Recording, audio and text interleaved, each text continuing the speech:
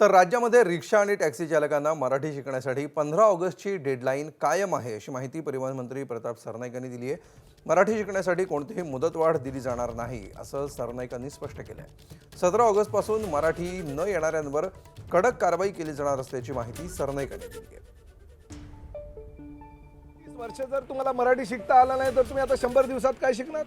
कोकण मराठी साहित्य परिषद आणि मुंबई मराठी साहित्य संघाच्या वतीनं आम्ही प्रयत्न केले, 1600 शिक्षक दिले, मराठी भाषा विभागासाठी त्यासाठी शिक्षकांच्या मानधनासाठी 1 कोटी रुपये खर्च केले, म्हणून तुम्ही आता मराठी शिकायला येतात। व्यवहार्य मराठी आहे, जुजबी मराठी आहे, फक्त प्रवाशांशी तुम्हाला संवाद साधायचा आहे। ती मराठी जर तुम्हाला येत नसेल तर हे महाराष्ट्राचं दुर्दैव आहे।